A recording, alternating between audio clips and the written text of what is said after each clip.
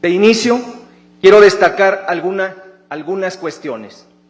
La mayor parte de la base del Poder Judicial de la Federación, en la cual me sitúo, está consciente de que viene una reforma. Con agrado he escuchado que esta será mesurada y respetuosa de derechos. Agradezco este espacio. A los antecedentes narrados de su servidor, agrego con orgullo: soy hijo de un comerciante y una ama de casa, primer profesionista de mi familia, oriundo de un pueblo, pagué mis estudios y como juzgador he estado adscrito a 8 estados en 13 años de juzgador, 20 años lejos de mis raíces. He recibido amenazas de muerte y un atentado. No tengo familiares dentro del Poder Judicial de la Federación. En general, mi historia de vida. Habrá quien diga, una persona soberbia, presumida y jactanciosa. Habrá otros que quizá piensen, ser juzgador e integrante de la institución es complejo, implica sacrificios y riesgos. Señor senador Ricardo Monreal, señor senador Damián Cepeda, señor diputado Ignacio Mier, señor diputado José Fernández Noroña, señoras y señores legisladores, esa es la historia de la mayor parte de aquellos que integramos la institución, personas que hemos vivido y deseamos vivir a servicio de México, no servirnos de México. Las y los juzgadores, el personal, somos parte del pueblo mexicano. Conózcanos. Austeridad, con orígenes humildes, ¿creen que desconocemos las necesidades de a pie? No, señoras y señores. Claro que debe imperar la austeridad, con escenarios básicos, como la inversión efectiva en la impartición de justicia, rendición de cuentas, transparencia y no afectación a derechos adquiridos de los trabajadores. De hecho, lo agradeceríamos. Cierto, existe un reclamo por la tardanza y la falta de efectividad en la impartición de justicia. Sin embargo, las y los juzgadores no creamos los tribunales, no distribuimos las cargas de trabajo, hacemos lo que podemos, al igual que el personal que trabaja jornadas extenuantes. Estamos ahogados de caso. Debe invertirse más en órganos jurisdiccionales y no en órganos administrativos. Vean que quienes integramos la carrera judicial somos los de talacha. Nos tocan las amenazas y atentados del crimen organizado. Juzgadores han sido privados de la vida de forma violenta. De ahí la necesidad de salvaguardar, cuando menos, los fideicomisos relacionados con los derechos laborales. Recordemos que la Constitución, para los titulares, prohíbe recibir emolumentos por actividades diversas al servicio, así como a laborar 2 años después de concluido. La población habló en la votación pasada. Nos queda claro, sería hasta soberbio ir en contra de esa voluntad, pero con respeto, también sería cuestionable a nivel nacional e internacional desconocer derechos adquiridos por trabajadores en activo y jubilados. Apoyamos la democracia, apoyamos a la virtual presidenta electa Claudia Sheinbaum. Nos sumamos a un mejor México, pero también apelamos al Estado de Derecho. Que si en la institución hubo excesos, en la contratación de familiares, maltrato laboral, sí, ¿cómo tapar el sol con un dedo? Claro que existió. Sin embargo, destaco una verdad objetiva. El 2 de enero de 2019, con el señor ministro Arturo Saldívar, muchas cosas comenzaron a cambiar. Una reforma se comenzó a vivir. No está centrada esa reforma en lo que hoy se discute. Fin al nepotismo, paridad en cargos, combate al acoso laboral y sexual, perspectiva de género, exámenes para que mujeres pudieran acceder al cargo de juzgadoras federales. Hoy una mujer encabeza el máximo tribunal del país. Crear un organismo que administre a la institución con mayor eficacia, eficiencia y transparencia sería admitido por la mayor parte del personal. Lo agradeceríamos. Crear un tribunal especializado de disciplina no generará inquietud si es imparcial y objetivo. Desde siempre hemos sido fiscalizados en todos los aspectos. Un máximo órgano jurisdiccional integrado por personas con sapiencia jurídica y elegidos por el pueblo, que den la última interpretación a un tema jurídico de repercusión nacional, no corresponde determinarlo a los juzgadores. Ya lo dijeron los electores. Cambios escalonados, democráticos, que respeten la paridad de género, no desgaste monetario en liquidación de personal, así como en litigios, respetar el Estado de Derecho y los derechos adquiridos, sin duda, generará armonía y esa visión a nivel internacional. Todos y todas somos mexicanos, también los trabajadores del Poder Judicial de la Federación. Gracias por permitirme hablar desde las entrañas del Poder Judicial de la Federación. Habrá un antes y un después de esta reforma. Dios provea lo mejor. Gracias. Mencionarles primero la importancia del diálogo, ¿no? Como el diálogo justo tiene que cumplir con esquemas de transparencia y equilibrio, debe buscar una equidad en la participación de los grupos parlamentarios que integran la Cámara de Diputados, que desafortunadamente el día de ayer no se cumplió con ello. Y hay que decir que también buscamos que el diseño sea en coordinación, veamos justo perfiles propuestos por los distintos grupos parlamentarios, simplemente para enriquecer el diálogo, más allá de felicitar a todos los ponentes que participaron el día de hoy con sus ideas de cómo modificar el Poder Judicial. También hay que decir que esta discusión, sobre todo, debe ser con el máximo respeto a las y los trabajadores del Poder Judicial Federal. Hay gente de verdad con una vocación de servicio enorme y que a veces con ciertas adjetivizaciones pues pueden dañarse, y realmente hay unas personas por todo el país que realmente hacen un trabajo ejemplar y hay que reconocérselos y siempre tratar con el máximo respeto en esta discusión. Hay varias propuestas y discusiones a dar a partir de la iniciativa presidencial que me gustaría preguntarles. Uno es, por ejemplo, el tema de los derechos laborales, sobre todo con el esquema de la sustitución del Consejo de la Judicatura Federal a un órgano de administración. Y con esto hay un cambio de patrón en la relación laboral hacia los trabajadores del Poder Judicial de la Federación. Desde nuestra perspectiva, no está claro que se vayan a proteger las condiciones generales de trabajo. Creo que tenemos que hacer una modificación que justifique que este traspaso quede muy claro a que sea un patrón sustituto que va a tomar las condiciones generales de los trabajadores, como debiera ser para cuidar justo los derechos ganados por los trabajadores del Poder Judicial de la Federación. También creo que pasa por valorar los distintos fideicomisos públicos. Se optó, cuando se requiere bisturí, a veces se toca el machete, y pues realmente fideicomisos muy distintos, y hay algunos que van ligados justo a condiciones generales del contrato colectivo del trabajo que no se respetan si justo se cortan los fideicomisos. Se habla mucho de privilegios de las ministras y los ministros, pero realmente hay muchos derechos de los trabajadores que están fincados en esos fideicomisos, de los cuales no podemos cortar a rajatabla, o si no, asegurárselos de otra manera. Está el tema del presupuesto, por ejemplo. La Secretaría de Hacienda y Crédito Público emitió un dictamen en el que dice que no hay impacto presupuestal en esta reforma. Y lo que tenemos que ver es justo cómo si se rebanan los fideicomisos, cómo vamos a dar cumplimiento a todas esas condiciones generales cuando no se establece un presupuesto definido para ello, cómo se garantiza. Y también paso a el esquema de establecer un presupuesto fijo para el Poder Judicial Federal, que eso les permitiría realmente tener autonomía del poder político y del poder económico.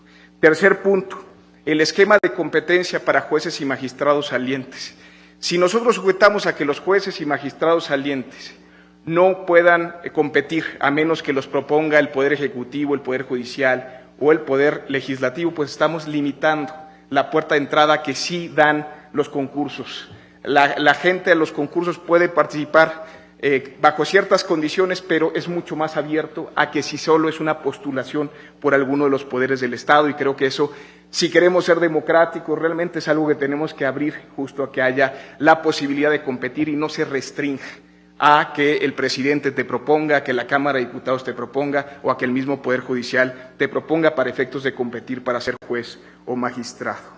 Otro punto que es importantísimo, y lamento mucho que no hubiera más mujeres en el presidium, ya explicaron las razones, pero sí hay un tema de acoso laboral en el Poder Judicial Federal y necesitamos muchísimo de entendimiento de lo que se vive, cómo se vive y posibles soluciones. Y también problemas que se dan dentro del Poder Judicial, como es el ejemplo de la readscripción de juezas y magistradas. Las mujeres en este país se dedican muchísimo a tareas de cuidados y por lo tanto una readscripción es muy complicada, sobre todo en las mujeres por el efecto de esos compromisos a veces que tienen las familias, y creo que tenemos que ser muy sensibles a esas condiciones. También establecer que la competencia electoral tiene que ser paritaria, no hay definición justo de cómo estas campañas electorales, cómo estas propuestas por los poderes políticos pueden impacta el tema de la paridad.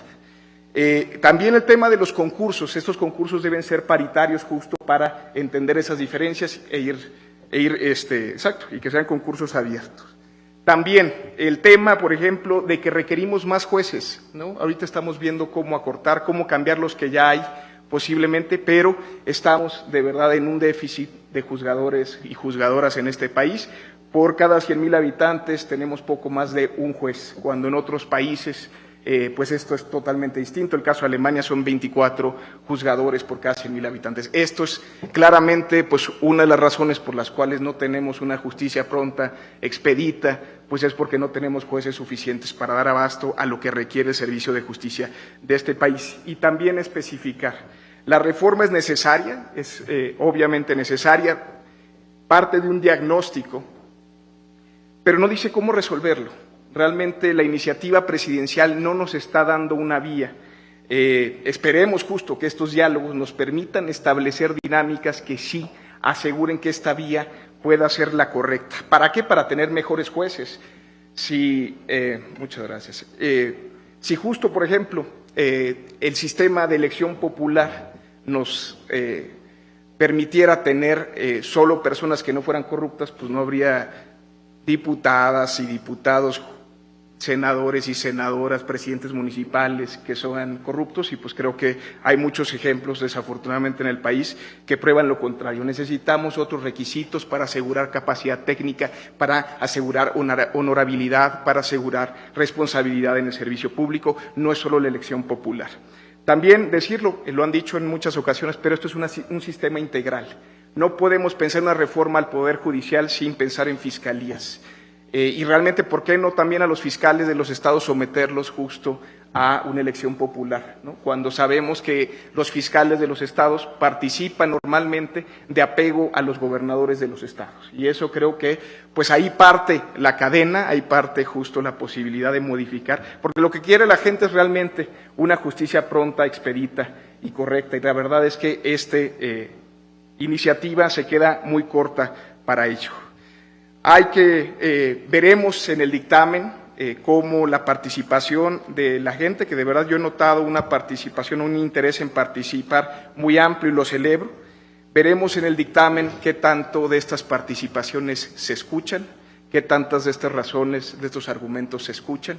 Esperemos que así sea, por el bien de la República. Muchas gracias. Voy a seguir con la bonita tradición de no hacer preguntas, aunque voy a hacer una petición.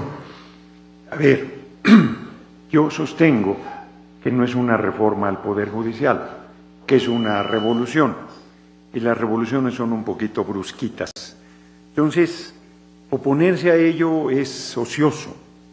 Yo creo que nos ayudaría mucho, hubo varias intervenciones con preocupaciones de cómo fortalecer, por ejemplo, los requisitos, de dónde vamos a sacar a los integrantes del Poder Judicial, pues mayoritariamente el Poder Judicial, yo no veo de dónde van a salir. El juez que intervino, por ejemplo, si a mí me tocara que estuviera en campaña, pues yo votaría por él. Me parece que su definición fue muy clara, a favor de la justicia. Entonces, yo creo que lo que se está, hay un sector que se está trincherando en que, como si esto no, ya se decidió el 2 de junio, que se van a elegir todos los integrantes, todos los juzgadores, por voto universal, secreto y directo, muy probablemente el primer trimestre de 2025. Y también se plantea aquí, me sorprendió mucho que la representación sindical esté en contra de la austeridad.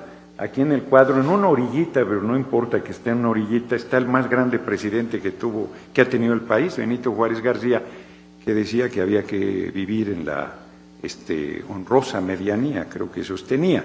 Y yo escuché argumentos en contra de la austeridad, inclusive de los ministros de la Corte, y casi me convencieron, y cuando los vi salir con el aparatazo de camionetas blindadas, de un policía abriéndoles camino y todo el asunto, dije algo no está funcionando bien. O vas a la Corte y te encuentras, se dice que los trabajadores, que los de abajo son outsourcing, las trabajadoras de limpieza, trabajadores de limpieza son outsourcing, los trabajadores de vigilancia son outsourcing, los más humildes son los más maltratados, deben ser parte del Poder Judicial y de las condiciones de trabajo generales.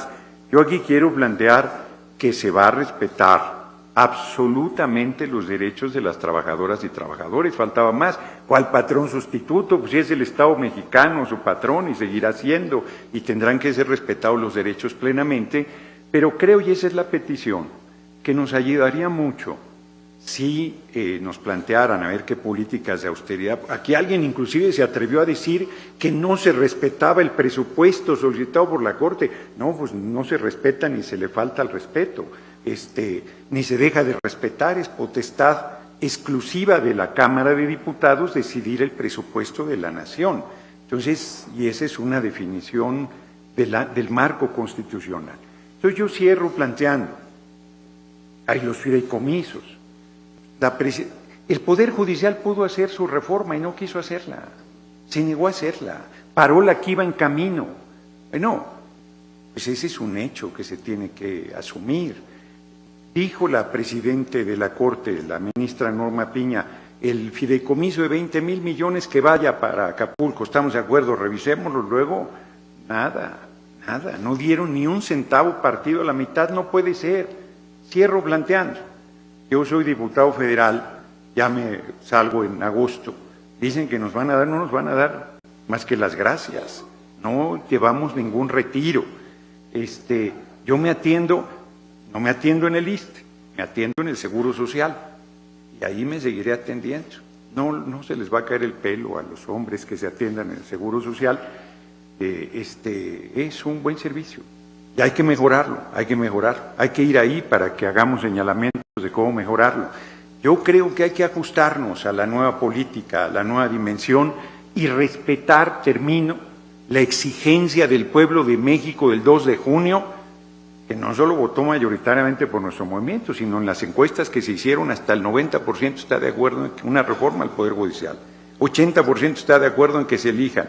Entonces, no hay más que cumplirle al pueblo de México, y mi petición es que quienes nos están ayudando en estos foros nos hagan llegar reflexiones, propuestas que enriquezcan lados ciegos, como los que aquí se han planteado. Faltan las fiscalías, yo creo que hay que hacer una defensoría del pueblo, falta en el ámbito laboral, falta en el ámbito agrario. Díganos cómo fortalecemos la austeridad. Entonces hay muchas cosas por hacer y será ideal que lo hagamos de manera colectiva. Muchas gracias. En mi opinión, el sistema de justicia en México está colapsado. Lo dije en el marco de los foros del Código Nacional de Procedimientos Civiles y Familiares, de la nueva Ley General de Mecanismos Alternativos de Solución de Controversias. Me tocó ser presidente de la Comisión de Justicia a nivel local y ver el nuevo Código Nacional, bueno, primero local de procedimientos penales y luego nacional a nivel federal. Sin embargo, cuando hago esta afirmación no me refiero exclusivamente al Poder Judicial, y lo he aclarado siempre, sino a cómo la ciudadanía concibe el sistema de justicia, que no es el Poder Judicial. Si hablas en materia penal, tendríamos que incluir incluso a las policías en materia de los delitos. el Ministerio Público, las fiscalías, los jueces y el sistema de readaptación social o reinserción social. El sistema en conjunto está colapsado. ¿Qué tenemos que hacer para cambiarlo? Pues muchas cosas. Tendríamos que aspirar a una justicia mucho más ágil, más rápida, ¿no? Mucho más barata para el ciudadano, sí para el gobierno, pero para el ciudadano, ¿no? Justicia más accesible, de más fácil acceso, y justicia de mayor calidad.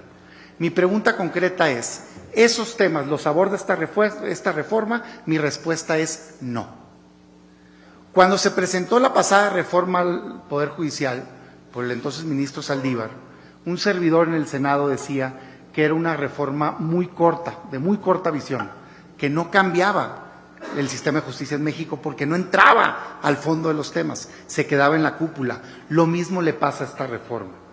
Si bien toca algunos temas positivos que incluso un servidor ha presentado iniciativas previamente, como separar a la Corte del Consejo de la Judicatura, claro que está bien eso, ponerle un límite de 6 meses, exclusivamente escogieron los juicios tributarios que son de interés del gobierno. Yo diría, pues entremos a todos, ¿no? Casi 70% de los juicios en este país tienen que ver con la materia civil y familiar, no con la materia tributaria. Entonces, quieren entrar verdaderamente, hay que entrar ahí. Entonces, lo que tendríamos que estar haciendo es una reforma que atienda esos problemas. ¿Cómo lo podríamos hacer? Pues primero con nuevos procedimientos y más sencillos y más ágiles. Por eso se hizo el Código Nacional de Procedimientos Civiles y Familiares. Por eso la Ley de Mecanismos Alternativos de Solución de Controversia. Tendríamos que mandar toda oralidad en este país. Segundo, tendríamos que invertir en capacitación y profesionalización de los que van a estar impartiendo precisamente esta justicia en el país. A eso tendríamos que apostarle. Tercero, tendríamos que invertir en nuevas tecnologías, justicia digital, como lo está haciendo, por ejemplo, el Estado de Nuevo León, para hacer más accesible la justicia a los mexicanos. Cuarto, tendríamos que invertir en infraestructura para que puedan tener más juzgados, ¿no?, en el país. Quinto, tendríamos que invertir en más plazas para jueces y magistrados, porque no tienen el don de estar en 2 lugares al mismo tiempo. Tienen que atender un número extraordinario de juicios que los tendrías que atender con más jueces. Entonces, si verdaderamente queremos entrar a mejorar el sistema de justicia, tendríamos que atender eso, que va a tener un impacto directo con que la gente reciba una mejor justicia. Y hoy, desgraciadamente, eso no se está planteando.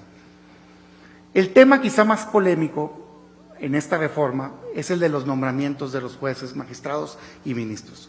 Yo abiertamente, sin titubeos, les digo que considero que es una pésima idea lo que se está planteando y que creo que incluso con las propuestas de mejora que se plantean no se resolvería el problema, y me explico. No es un tema político, es un tema técnico. Ser juez, ser magistrado y ser ministro no es un concurso de popularidad. De hecho, si me apuran, necesitas que el juez, magistrado y ministro tenga el carácter de, en ocasiones, saber que no va a ser popular y de todas maneras tomar esa decisión. Porque en muchas ocasiones lo que necesitas, no en muchas, en todas, es que defiendan el derecho de cada persona, no necesariamente lo que opine una mayoría. De hecho, tienes que defender los derechos humanos de las minorías. Entonces, no es un asunto de quién es más popular. ¿Qué problema trae esta propuesta que tienen ahí? Que permitir que una persona, por ser popular, sea juez, magistrado o ministro, deja a un lado el que tenga la capacidad y el profesionalismo que se requiere para atender ese cargo, ¿sí? Si lo suples eso y pones los filtros, que sería un menor mal, avanzarías una parte, pero no resolverías el problema completo, por 2 motivos. Hoy, por más que se diga que la ciudadanía va a votar, en esta propuesta eso no es cierto.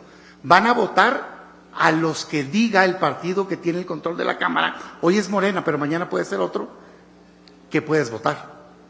Es decir, el abogado más brillante del país, la abogada más brillante del país, ex rector de la Universidad Nacional Autónoma de México, no se puede postular si no tiene el visto bueno del partido gobernante, porque solo puede ser postulado por la Presidencia de la República, por el grupo mayoritario en el Congreso, 2/3 partes, o por el Poder Judicial, que en esta ocasión a lo mejor pudiera ser más plural, pero que a partir de la próxima elección ya no lo será. Entonces, no va a llegar el mejor perfil a ser electo por el ciudadano. Gracias, sé que me pasé un poquito, voy a concluir. Pero eso se agrava más cuando te bajas a los jueces y magistrados. Cada juez de distrito, 2 propuestas por Presidencia de la República, 2 propuestas por el Congreso, 2 propuestas por el Poder Judicial. Como senador de la República les digo, está completamente viciado los mecanismos en donde el poder político hace propuestas. Desgraciadamente, con excepciones, las listas de las personas que llegan recomendadas para ser postuladas magistrados hoy son políticas. Pasa lo mismo con magistrados electorales que con magistrados de justicia administrativa y con muchos otros casos. No son los mejores perfiles. Son los amigos, compadres, primos, vecinos, esposas, esposos de quien tiene poder político. Pasa hoy y pasó ayer. Yo no soy defensor del pasado. Claro que pasó ayer. Es el famoso problema de cuates y cuotas. Deberíamos de acabarlo, pues. Deberíamos de acabarlo. Y por último, aun cuando hicieras la mejor selección y pusieras a postulación a estas personas, convertirías eso en un juez que esté interesado por quedar bien con el ciudadano, con la mayoría, porque quiere ser electo, que depende, por cierto, de que le den una ficha para participar, entonces es empleado el que le da el acceso, pero segundo, que sus sentencias van a estar enfocadas a quedar bien con el ciudadano.